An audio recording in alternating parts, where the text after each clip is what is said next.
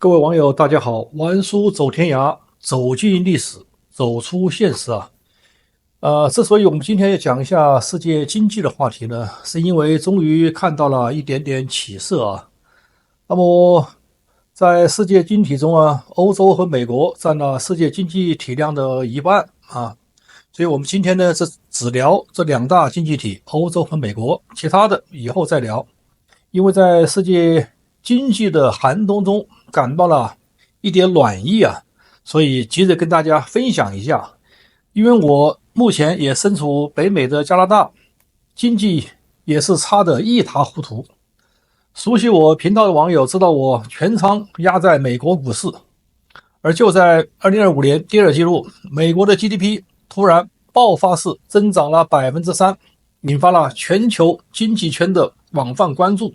与此同时呢，监管繁杂、倾向半社会主义的欧盟却只增加了 0.1%， 这两大经济体此消彼长，引发了一个全球性的老问题：自由市场经济是否真的能够优于欧洲的管控福利型的经济？这不是偶然的增长分化，而是一场经济模式与制度设计的正面对撞。所以呢，今天我们来谈一下这个话题啊。那么首先呢，我们来看一下这个数字。根据美国商务部公布的数据啊，2025年第二季度美国 GDP 年化增长了 3.0%， 这算是一次大幅的翻红啊。这也是川普政府的自由市场和保守主义回归来的第一个胜利，也是削减监管、扩大人员自由、制造业回流战略的一个初步的成果。那么反观欧盟，根据欧盟统计局的数据啊，2025年第一季度欧元区和整个欧盟 GDP 环比仅增长 0.3%， 年化增幅估算也不过 1% 出头，部分成员国甚至出现了零增长或者是衰退，如德国、意大利啊。欧洲媒体普遍承认，欧盟的这个经济机器正在熄火。那么这组对比啊，就像两台引擎的这个噪音对话，一边是发动机轰鸣，一边是这个喘息微弱啊。我们再来看一下，为什么美国的 GDP 啊能够突然的爆发啊？从表面上看呢，这是一场这个川普式经济奇迹的回归。但是当我们深入分析数据后呢，就会发现这波 3% 的增长并非完全由内需的复苏带动，实则呢更多的是由进口暴跌所推动。那么由于进口减少了 30.3%， 导致了 GDP 计算中的进出口项变大，那么基础上呢拉高了 GDP 有5个百分点。另外就是库存的变化，那么库存的拖累了经济，减少了库存带来约 3.2% 百分点的负增长库存拖累。那么消费者支出这块呢，增长只有 1.4%， 那么显示民间的需求仍很疲弱。另外我们看一下企业设备投资增长也放缓了到 4.8%， 远低于第一季度的 23.7%。另外就是住宅建设投资下降了 4.6%， 为过去数个季度的最差点。另外我们看一下芝加哥的联储的全国经济活动指数叫 CFNAI， 连续第3个月保持负值，表明经济活动仍处于低的长期趋势，说明复苏之路还是蛮艰难的，但多少看到点希望了。其中最关心的一项是进口暴跌，从而提高了进出口的数字，这在 GDP 计算中算是被加分的啊。因为进口大跌并不表示生产力变强，反而说明什么呢？企业不愿进货，有税收的风险嘛，可能是对未来的需求也有些悲观。那么第二个呢，消费者没钱买国外的货，也抑制了购买力。第三个呢，就整体经济动能疲弱，那么多少有点靠这个统计公式修饰了目前的真实状态。所以虽然美国 GDP 看似增长了 3%， 但实际上美国的内生增长力仍处于疲软的状态。那么有人会问了据说中东和日本的巨额投资到哪去了呢？我们来看一下川普拉来的投资啊，具体数字啊。沙特承诺投资了6000亿美元，覆盖 AI、芯片、军工、清洁能源、基础设施啊。第二个就是阿联酋承诺了未来10年内投资1.4万亿美元啊，着重半导体和基础设施。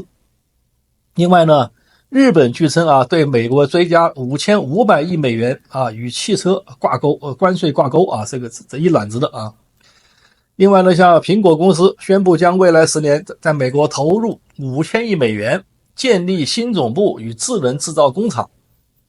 那么还有像这个英特尔啊，还有这个台积电呢等半导体厂商也正在建设美国本土的晶圆厂，总额呢超过了3000亿美元。那么这些数字加起来不很多吗？但是大家不要忘了，这些都是长期的承诺和项目规划，真正落地到一个季度内的 GDP 的固定投资叫 Private Fixed Investment， 这个项目下的资金目前远远不足。那么最新数据告诉我们什么呢？就是2025年第二季度，美国私人投资下降了 15.6%， 企业建筑支出也在下降啊，住宅的开工减少，设备的采购减缓，那么就使得2025年第二季度成为近年来投资最差的一个季度了。那么说白一点就是什么呢？就是虽然川普签了那么多大单啊，但是都是规划，实际上钱还没有砸进来啊。说完这些不好的消息，那么也跟大家谈一个好的消息。那么美国7月份就最近第3周的首次申请失业救济人数较前一周减少了4000人到21万7千人，而该数据呢远低于预期增加的22万7千人的水平，这是首次申请失业救济人数的连续第6周的下降，也是自4月份以来的最低水平。那么显示经济正在缓慢复苏。另外还有一个好消息，就是在美国这个国库啊，7月份收到了280亿美元的关税，超过了6月份的270亿，今年已收了1500亿了。那么全年预计会收到3000亿美元的关税。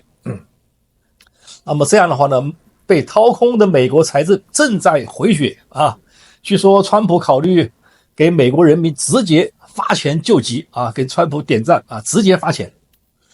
好，我们再来看一看欧洲经济为何越来越疲软啊。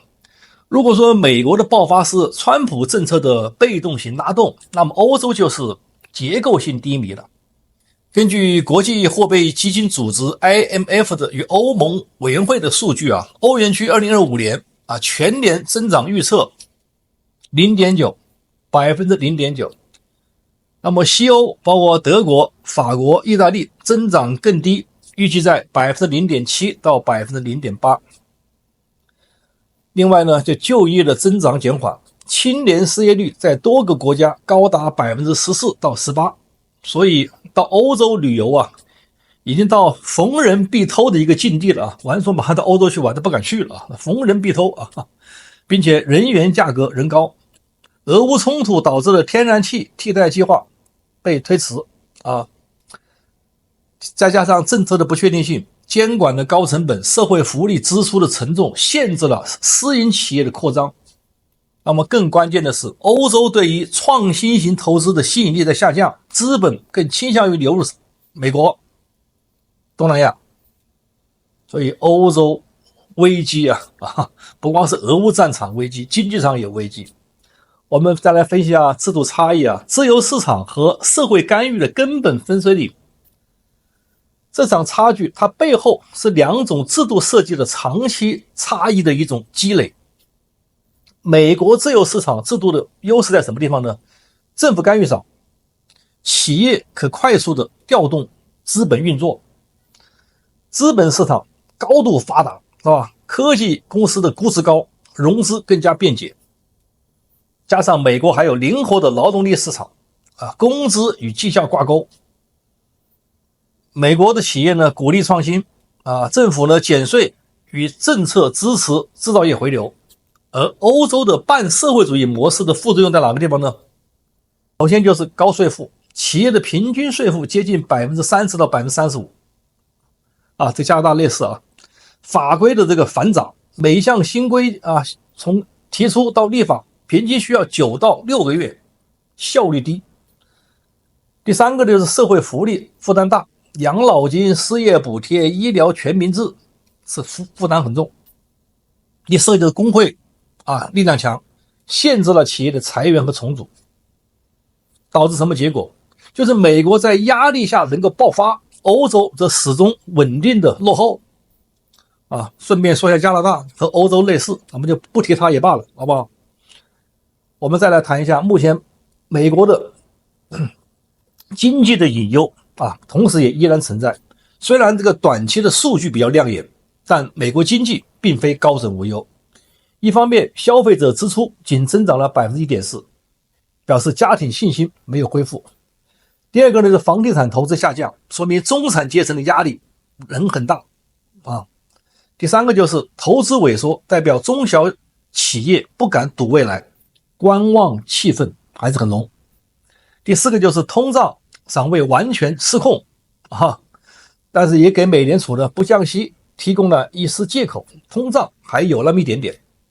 那么值得警惕什么呢？就过度依赖拉投资、打贸易战、压缩进口这一套组合拳，或许可以短期给出一个漂亮的 GDP 数据，但长期的结构性增长还有待观察。我们有信心，但是也要看数据，对吧？